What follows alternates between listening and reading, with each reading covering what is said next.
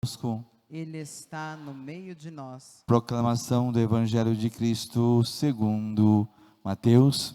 Glória a vós, Senhor. Depois que os magos partiram, o anjo do Senhor apareceu em sonho a José e lhe disse: Levanta-te, pega o menino e sua mãe e foge para o Egito. Fica lá até que eu te avise, porque Herodes vai procurar matar o menino, encontrar o menino para matá-lo. José, levantou-se de noite, pegou o menino e sua mãe e partiu para o Egito. Ali ficou até a morte de Herodes, para se cumprir o que o Senhor havia dito pelo profeta: do Egito chamei meu filho. Quando Herodes percebeu que os magos o haviam enganado, ficou muito furioso. Mandou matar todos os meninos de Belém e todo o território vizinho, de 2 anos para baixo, conforme o tempo indicado pelos magos. Então se cumpriu o que o Senhor tinha dito pelo profeta Jeremias. Ouviu-se um grito em Ramá, choro e grande lamento. É Raquel que chora os seus filhos e não quer ser consolada, porque eles não existem mais. Palavra da salvação.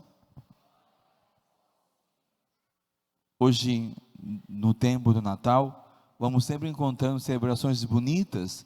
Uma delas de hoje, a celebração da festa dos santos inocentes, crianças assassinadas por um rei, crianças assassinadas por um homem que temia justamente um rei e que sabia quem era o menino. Não era um menino qualquer entre tantos meninos de Belém e de toda a Judéia. Não era um rei qualquer, como outros reis que já haviam nascido no seu tempo. Esse menino que nasceu, esse rei é Deus. Herodes teme. Herodes não consegue lidar com a perspectiva de um rei, Deus, menino rei, ocupar o seu lugar. Herodes também conhecia as profecias, como João conhecia, como José conhecia, como Maria conhecia. Também Herodes conhecia as profecias sobre o nascimento do rei Messias. E ele tenta anular tudo isso, acabar com tudo isso. Mas Herodes deveria ser meio besta das ideias, né? Meio tonto. Se é Deus, como é que você vai impedir o agir de Deus? Ele conseguiu? Não, só gerou dor, sofrimento, angústia, medo na corte dele, para ele mesmo e para as mães dessas crianças. Insano, injusto, para gerar no mundo dor e sofrimento. E Deus seguiu o seu plano. Deus seguiu o seu plano. Deus leva adiante a economia da salvação, a história da salvação, e faz com que o sangue dos meninos, o sangue das crianças, seja o primeiro sangue a fecundar o chão do cristianismo, a fecundar uma igreja, a gerar ali os primeiros cristãos. Esses meninos assassinados pelo rei Herodes, esses meninos dados em sacrifício pela injustiça da política, esses meninos já prefiguram o outro menino, a morte do outro menino, a morte do menino Jesus, depois de adulto. Também derrama o seu sangue para gerar vida nessa terra, derrama o seu sangue para gerar a nossa salvação. Assassinado pela injustiça da política de um outro Herodes, chamado Pilatos também. Que o Senhor nos ajude, irmãos e irmãs, a seguir reto com a nossa fé, a seguir firmes na nossa caminhada, também a converter o nosso coração. Às vezes a gente está precisando um pouco mais de conversão nessa terra. O que vocês acham, hein? Às vezes a gente é meio mole, né, na prática da fé, na vez da fé. Então vamos firmes, né? Deus tem um plano de amor para mim, para você, para todos nós. A palavra do Senhor, a palavra de bênção, a palavra de graça, a palavra de salvação do Senhor é palavra irrevogável. A palavra para José, a palavra para Maria, a palavra para mim é palavra irrevogável. O Senhor vai cumprir em nós e para nós as suas promessas. Fiquemos firmes, apesar das tribulações, das dificuldades, dos problemas, da morte, da injustiça, que também ainda hoje a gente continua vendo, injustiças da política que matou essas crianças, matou Jesus e continua matando cristãos hoje, continua. O que vamos fazer? Nós ir embora? Abandonar a fé? Culpar Deus? Deus é mau? Deus é ruim? Deus é injusto? Deus não está vendo o que está acontecendo na terra? Você acha que Deus não está vendo o que está acontecendo na terra? Você acha que Deus não está vendo o que está acontecendo no Brasil? Acha que Deus está dormindo? Está nem aí para nós? Aquele povo brasileiro é horrível. Ô povinho. Deus, não, irmãos e irmãs, Deus não nos trata assim. É sempre o Senhor no comando. Era uma tragédia a morte dessas crianças, não foi? Tragédia, uma carnificina, um negócio horrível, detestável, negócio que deve ter mexido. Eu fico imaginando se tivesse internet naquele tempo, como é que ia ser esse negócio? Onde ia parar isso? Mas não tinha internet naquele tempo. Mas era algo terrível, uma dor sem fim, como a gente vê aqui na profecia de Jeremias, dizendo, é Raquel que chora, e ela não quer ser consolada. A pessoa que nega não quer saber de consolação, porque não dá para aceitar isso e ser consolado. Senhor, olha para nós com bondade e misericórdia.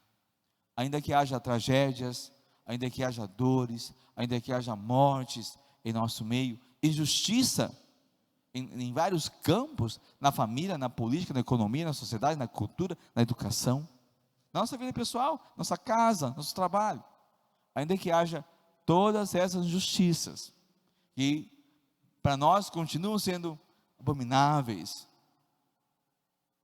que mexe conosco, que nos tira, muitas vezes, nos tira do sério, bagunça a nossa cabeça, parece que não cai, né? Não entra, não encaixa. Mesmo que tudo isso aconteça, Deus está no comando. Mesmo que haja o mal por aí fora graçando, assolando famílias, crianças, sociedades, igreja, o Senhor está cumprindo a sua palavra.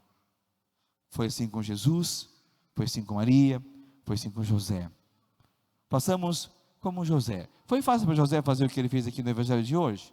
Não. Deus lhe aparece em sonho e diz, José, pega a Maria, pega o menino e dá no pé para o Egito. Opa! Egito? Como assim?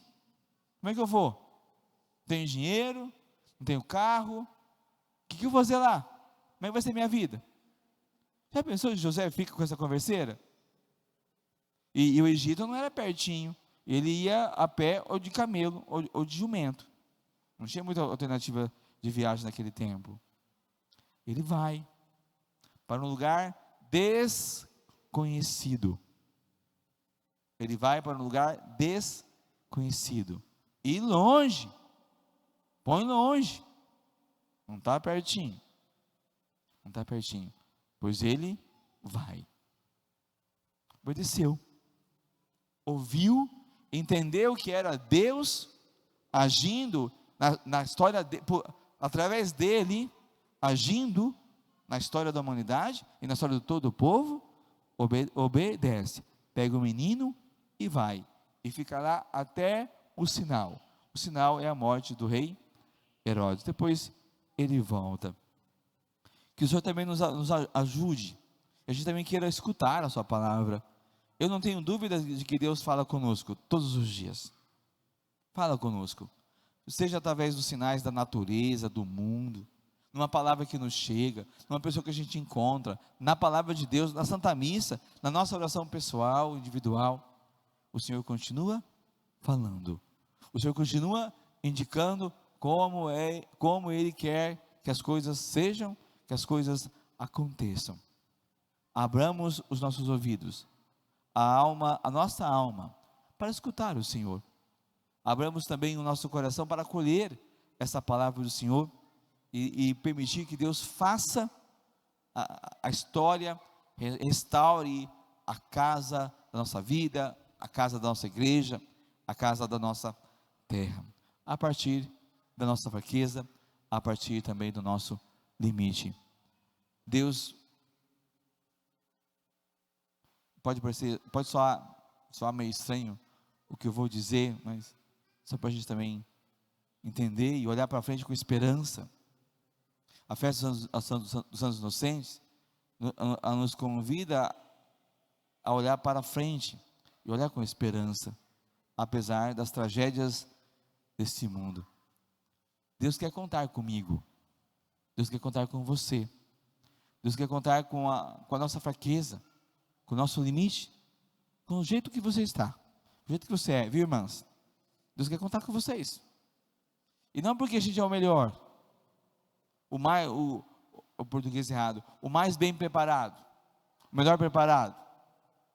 Não é isso, não se trata disso, não se trata de competência, não se trata de mais santidade, só se trata de coração aberto, coração disponível, coração que sabe ouvir, sabe acolher e sabe executar, fazer a vontade de Deus, como Maria fez e como José também.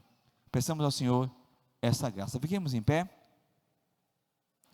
Rezemos agora também a oração de Santa Rita de Cássia, nessa noite. Ela que soube ouvir, tinha tudo para abandonar a fé, a caminhada, de pensar assim, é muito pesado, não dou conta, não vai dar certo, é horrível isso aqui tudo. Vou voltar para a minha vidinha medíocre, não vou seguir a fé. Mas ela fez o contrário, ficou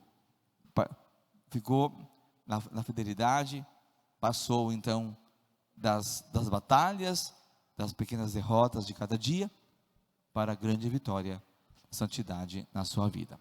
Ó poderosa e gloriosa Santa Rita, chamada Santa das Causas Impossíveis.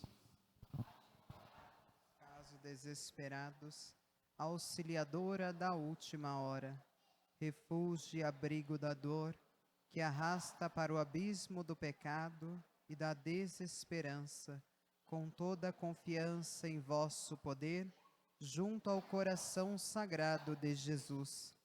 A vós recorro no caso difícil e imprevisto, que dolorosamente oprime o meu coração.